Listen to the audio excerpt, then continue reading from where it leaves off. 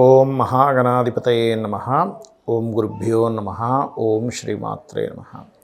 పరమేశ్వర స్వరూపమైనటువంటి జ్యోతిష, వాస్తు మరియు ఇతర అనేకమైనటువంటి శాస్త్రములను మనకు అందించినటువంటి మహర్షులకి నమస్కారం. హయగ్రీవ హయగ్రీవ హయగ్రీవేతి యోపదేత్తస్స నిస్సరతే వాణి జనుకన్యా ప్రవాహవత్. అరుణాం కరుణాతరంగితాక్షీం ధృతపాశాంకుశపుష్పబాణచాపాం అనిమాదిభిరావృతాం మయూకైః అహమిత్యేవ విభావయే భవానీం. శ్రీమాత్రే నమః. ప్రేక్షకులకి ఆ లలితాంబిక అమ్మవారి యొక్క అనుగ్రహం పరిపూర్ణంగా కలగాలని స్ఫూర్తిగా కోరుకుంటూ మనం ఈరోజు పక్ష ఫలితములు అంటే 16వ తేదీ నుంచి 31వ తేదీ వరకు ఉండేటువంటి గ్రహస్థితిని ఆధారంగా చేసుకొని ఏ లగ్నముల వారికి, లగ్నం తెలియని వారు రాశిని చూసుకోండి, వారికి ఏ విషయాల్లో చాలా బాగుంటుంది, మరియు ఏ విషయాల పట్ల జాగ్రత్త వహించాలి, ఎటువంటి పరిహార మార్గం చేసుకోవాలి. అది కాకుండా మనకి ఈ పక్ష ఫలితాల ఎండింగ్ నుంచి ఉగాది ప్రారంభమవుతుంది. ఉగాది నుంచి ఈ కొత్త సంవత్సరం శ్రీ విశ్వవసునామ సంవత్సరంలో అన్ని విధాలా బాగుండాలంటే ఏ నియమాలు పాటిస్తే అందరికీ బాగుంటుందనేటువంటి విషయాలు చెప్తుంది నేనైనప్పటికీ కూడా చెప్పిస్తుంది సాక్షాత్ లలితామ్మవారిగా భావిస్తూ ఒక్కొక్క రాశి గురించి, ఒక్కొక్క లగ్నం గురించి తెలుసుకుందాం.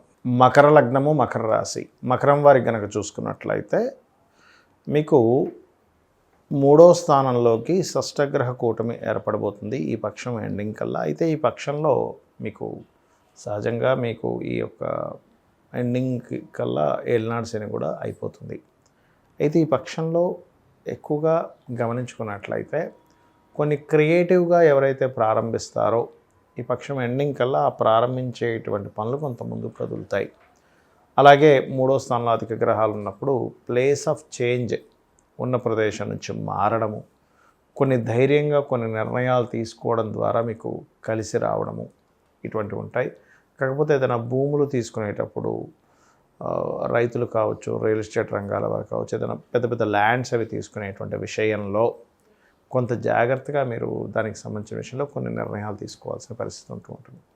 అలాగే మరొక విషయం ఏంటంటే ఇక్కడ గమనించుకున్నట్లయితే ఈ 6th హౌస్లో కుజుడున్నందుకు శత్రువుపై జయము, స్పోర్ట్స్ రంగాల్లో ఉండేటువంటి వారికి స్పోర్ట్స్ రంగాల్లో బాగా కలిసి రావడము, సక్సెస్ అవ్వడం అనేటువంటిది ఇస్తుంది. కాకపోతే ఈ 6వ స్థాన కుజుడు ఎప్పుడూ కూడా ఏదో తెలియని ఒక ఘర్షణ వాతావరణాన్ని కూడా దారితీస్తూ ఉంటుంది. అందులో ముఖ్యంగా పూర్వీకుల ఆస్తుల విషయంలో కావచ్చు, లేనట్లయితే కొన్ని అంశాల్లో అంటే కొంత ఒక్కోసారి చూడండి మనం పౌరుషానికి పోతూ ఉంటాం. ఆ పౌరుషానికి పోవడం వల్ల కలిగేటువంటి ఫలితాలు కాస్త ఎక్కువగా ఉంటూ ఉంటాయి, గుర్తుపెట్టుకోండి. అలాగే ఇక్కడ పంచమంలో గురువు ఉన్నందుకు సంతానం కోసం చేసే ప్రయత్నం కొంతవరకు ఫలిస్తుంది. ఇక్కడ శుక్రుడు, గురువు ఇద్దరు కూడా పరివర్తనా యోగంలో ఉండడం వల్ల ఇక వివాహ ప్రయత్నాలు కూడా ఫలిస్తాయని చెప్పుకోవచ్చు. అధిక గ్రహాలు 3లో ఎప్పుడైతే ప్రయత్న స్థానంలో ఉంటున్నాయో అది వివాహ ప్రయత్నాన్ని కూడా ఫలింపజేసేలా చేస్తూ ఉంటాయి.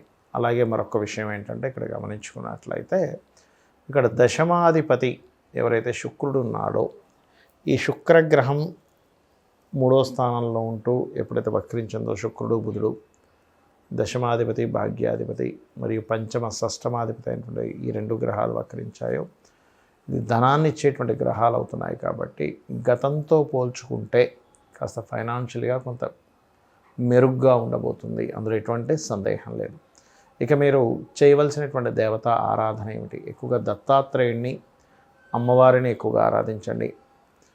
అలాగే ఉద్యోగ ప్రయత్నాలకు సంబంధించినటువంటి విషయంలో మీకు ఈ శుక్రుడు ఎప్పుడైతే 2వ స్థానంలోకి వస్తున్నాడో ఉద్యోగ ప్రయత్నాలు కూడా ఫలిస్తాయి. అందులో ముఖ్యంగా మార్కెటింగ్ రంగాలు లేదా రీసెర్చ్ రిలేటెడ్ సంబంధించిన, ఇప్పుడు సాఫ్ట్వేర్లో రీసెర్చ్ రిలేటెడ్ ఉంటాయి, ఇట్లాంటివి కూడా చాలా బాగా యోగిస్తాయి. కాకపోతే మీకు దగ్గరలో అమ్మవారి ఆలయం కానీ, శక్తి ఆలయాలు కానీ లేదా సుబ్రహ్మణ్య స్వామి ఆలయం ఉన్నట్లయితే రెగ్యులర్గా వెళ్తూ ఉండండి, అన్ని విధాలు బాగుంటుంది.